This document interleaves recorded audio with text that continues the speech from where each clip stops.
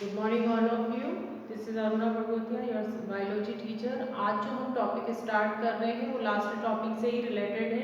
हमने क्लासिफिकेशन पढ़ा था। क्लासिफिकेशन में हमने लास्ट यूग्लिनॉइड पढ़ रहे थे, प्रोटोजोन पढ़ रहे थे। तो प्रोटोजोन प्रोटिस्ट भी अलग अलग कैटेगरी के होते हैं, जिसमें से लास्ट हमने सिलिएटा पढ़ा था, जिसमें जूफ्लेजिलेटा था और स्पोरोजोन्स थे एंड लास्ट थे सिलिएटा। तो सिलिएटा जो समूह होता है, सिलिएटा समूह में हमने किसको रखा था, पैरामीशियम को रखा था। और मैंने आपको कहा था कि पैरामीशियम की जो संरचना है उसको मैं आपको अलग से एक्सप्लेन करूंगी। तो सिलिएटा के जो ऑर्गेनिजम्स होते हैं, पहले हम उनके कैरेक्टर्स देख लेते हैं कि सिलिएटा जो ऑर्गेनिजम्स होते हैं उनके क्या कैरेक्टर्स होते हैं। तो जो सिलिएटा के जितने भी जीव होते हैं, जनरली देखा जाए तो जटिल संरचना वाले होते हैं, मतलब कि इनकी जो संरचनाएं होती है वो बदलती नहीं है और फिक्स्ड होती है। जैसे कि जैसी इनमें संरचनाएं होती है और इनकी संरचनाओं में बहुत सारे कोशिकांग उपस्थित होते हैं या अंग उपस्थित होते हैं, इसलिए इनकी संरचना को जटिल बोला जाता है। क्योंकि सिलिएटा के जितने भी जीव होते हैं तो नाम से ही स्पष्ट होता है सिलिएटा, मतलब ऐसे जीव जिनमें की सीलिया उपस्थित होते हैं, इसलिए हम उनको कहाँ रखते हैं, सिलिएटा के अंतर्गत रखते हैं। थर्ड पॉइंट अगर हम देखें तो जितना भी सिलिएटा के जितने भी ऑर्गेनिजम्स होते हैं उनमें लैंगिक और अलैंगिक दोनों प्रकार का जनन होता है। अलैंगिक जनन में उनके शरीर का विखंडन होता है, मतलब शरीर दो भागों में बढ़ता है जिससे कि नए जीव का निर्माण होता है। पर अगर मान लीजिए इनमें लैंगिक जनन होता है तो लैंगिक जनन केवल इनमें संयुग्मन विधि द्वारा होता है, और अगर ये जनन नहीं करते हैं तो क्या होता है, इनकी मृत्यु हो सकती है। तो इसीलिए इनमें जनन जो होता है मुख्य तौर पर पाया जाता है। शरीर अगर हम इनका देखते हैं तो शरीर में फिक्स्ड शेप होते हैं, मतलब कि जैसे पैरामीशियम की अगर हम बात करें तो पैरामीशियम जो होता है वो चप्पल की जैसी संरचना बनाता है, मतलब स्लीपर जैसी संरचना बनाता है, इसलिए उसको स्लीपर एनिमल क्यूल भी बोलते हैं। इनमें भोजन जो होता है वो मुख के द्वारा ग्रहण किया जाता है, जिसको कि साइक्लोस्टोम बोलते हैं, और साइटोफेज द्वारा शरीर से जो एक्सक्रीटरी मटेरियल होते हैं, मतलब जो उत्सर्जी पदार्थ होते हैं उनको शरीर से बाहर कर दिया जाता है। बहुत सारी वैक्यूल्स भी इनमें प्रेजेंट होती हैं। वैक्यूल्स मतलब आप समझते होंगे, रिक्तिकाएं उपस्थित होती हैं। ये रिक्तिकाएं क्या करती हैं, इनके शरीर में अगर देखा जाए तो रिक्तिकाओं का काम होता है फूड को स्टोर्ड करना। जो भी ये भोजन लेते हैं उसको ये क्या करता है, स्टोर्ड करता है। इसमें निचली सतह पर अगर हम देखें, चूंकि इसका शरीर जो होता है वो दो भागों में बटा होता है, एंटीरियर पोर्शन और पोस्टीरियर पोर्शन, मतलब अग्र भाग और पश्च भाग। तो जो पश्च भाग होता है उसके अगर हम सिलिया देखें तो सिलिया जो होते हैं वो थोड़े बड़े साइज के होते हैं। क्यों होते हैं बड़े साइज के, ताकि उसको तैरने में मदद कर सके। अगर हम इनकी बात करें तो जितने भी सिलिएटा के ऑर्गेनिजम्स होते हैं उनमें दो प्रकार के केंद्रक उपस्थित होते हैं, जिन्हें गुरु केंद्रक और लघु केंद्रक बोलते हैं। गुरु केंद्रक जो होता है इनके कायिक कोशिकाओं के विभाजन में मदद करता है, और लघु केंद्रक जो होता है इनकी जनन कोशिकाओं के विभाजन में मदद करता है। दोनों अलग अलग प्रकार की होती है, जो मैं ऑलरेडी आपको बता चुकी हूँ कि शरीर में दो प्रकार की कोशिकाएं होती हैं, जिनको कि हम कायिक कोशिका और जनन कोशिका कहते हैं। तो इसीलिए जो पैरामीशियम होते हैं उसमें दो प्रकार के केंद्रक होते हैं, जिसको कि हम गुरु केंद्रक और लघु केंद्रक बोलते हैं। ये जनरली अगर देखा जाए तो परभक्षी या जंतु समभोजी होते हैं, जंतुओं के समान ही अपने भोजन को क्या करते हैं, ग्रहण करते हैं। तो इस तरह से इनकी संरचना होती है। अगर हम सिर्फ पैरामीशियम की बात करते हैं तो यहाँ पर हमने जैसे एफिलोटा मैंने एक एग्जाम्पल आपको दे दिया था, पर मोस्ट इम्पॉर्टेंट जो एग्जाम्पल है वो पैरामीशियम है।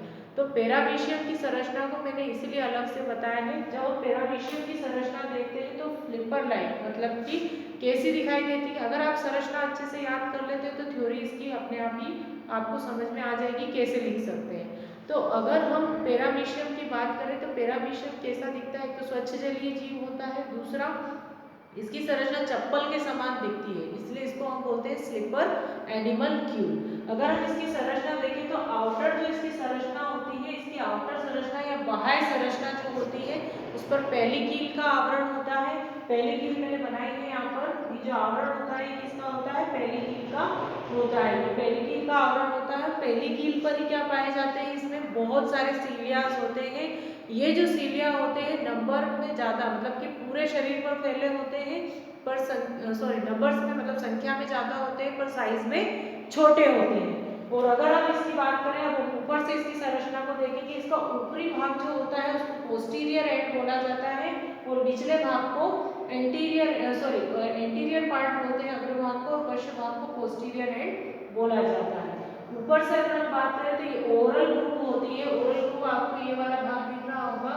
ओरल ग्रुप का मतलब ये होता है जहां से ये भोजन को ग्रहण करता है। नेक्स्ट होता है पेलिकील। मैंने बता दिया है कि इसके शरीर के ऊपर एक जटिल आवरण होता है, बहुत ही कठोर आवरण होता है जिसको पेलिकील बोला जाता है।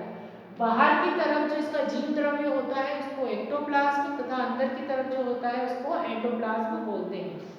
ये पहले ही मैंने आपको बता दिया है कि अगर किसी भी जीव में अगर दो प्रकार के साइटोप्लाज्म उपस्थित है, बाहर की तरफ अलग है और अंदर की तरफ अलग है, तो उसको हम एक्टोप्लाज्म और एंडोप्लाज्म कहेंगे।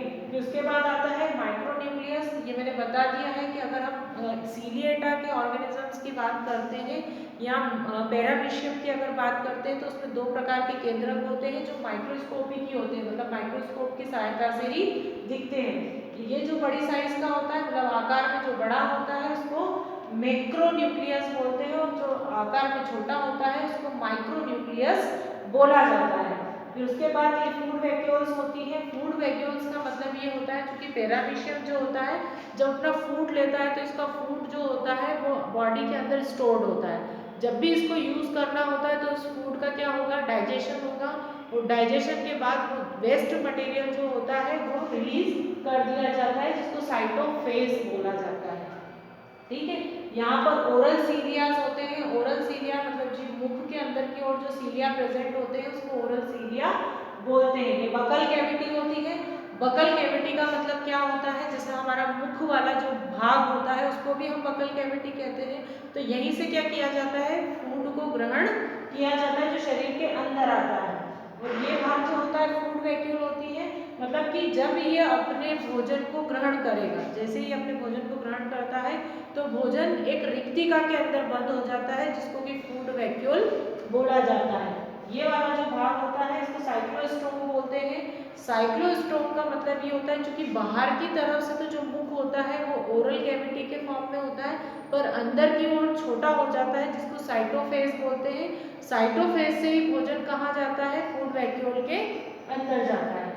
ये वाला जो भाग होता है इसको साइटोफेज बोलते हैं। साइटोफेज का मतलब ये होता है, जो भी भोजन पैरामीशियम के अंदर होता है जब उसका पूरी तरीके से पाचन हो जाता है तो वो साइटोफेज के थ्रू रिलीज होता है।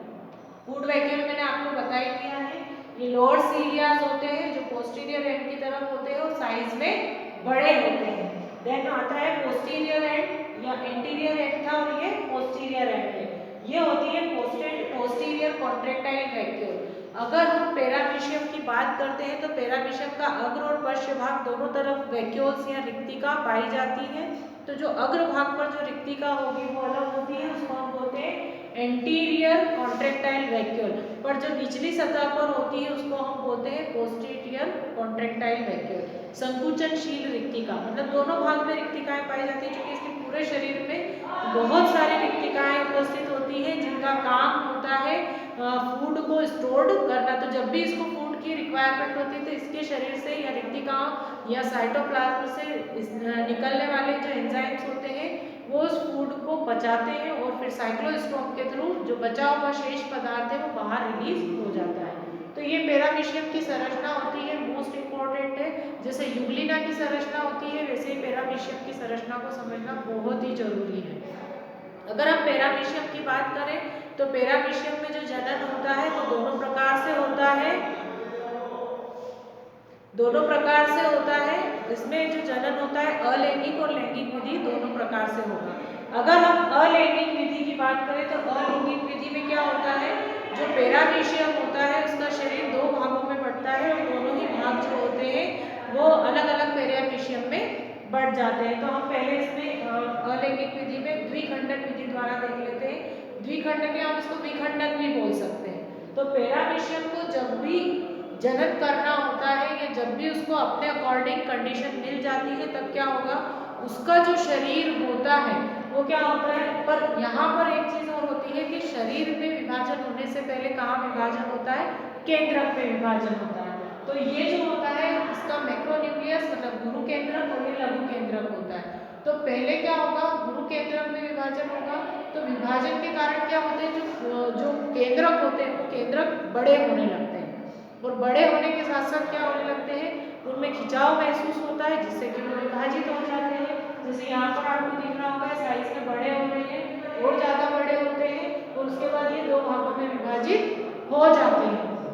जब इनका विभाजन दो भागों में हो जाता है तो फिर क्या होता है, इसके शरीर के बीच में एक खांच बनने लगती है, एक ग्रूव या एक फरो बनने लगती है, जिसके कारण की जो पेरामीशियम है वो दो भागों में बढ़ जाता है। तो दोनों ने क्या किया, दोनों सेपरेट हो जाते हैं। एक जो होता है वो जनक होता है और दूसरा जो होता है पुत्री कोशिका होता है या पुत्री पेरामीशियम होता है। तो इस तरह से एक पेरामीशियम से दो पेरामीशियम बनते हैं। पर इनमें लैंगिक जनन करना भी बहुत इंपॉर्टेंट होता है। तो लैंगिक जनन मैं आपको बता देती हूँ कि लैंगिक जनन कैसे होता है। यहाँ से मैं स्टार्ट करती हूँ कि मान लीजिए पेरामीशियम को लैंगिक जनन करना होता है।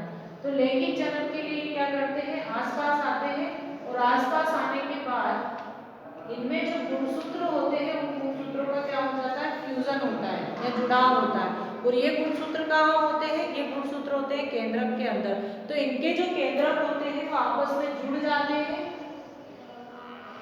इस तरह से।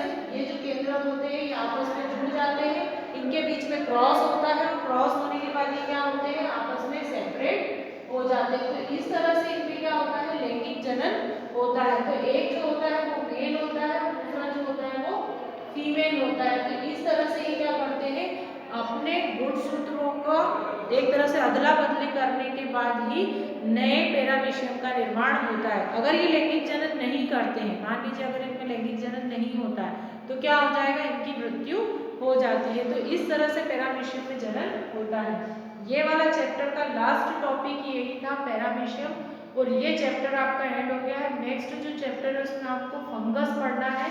फर्स्ट हमारा मोनेरा था, सेकंड प्रोटिस्टा, थर्ड हमको फंगस स्टार्ट करना है, जो मैं नेक्स्ट वीडियो में आपको सेंड करूँगी।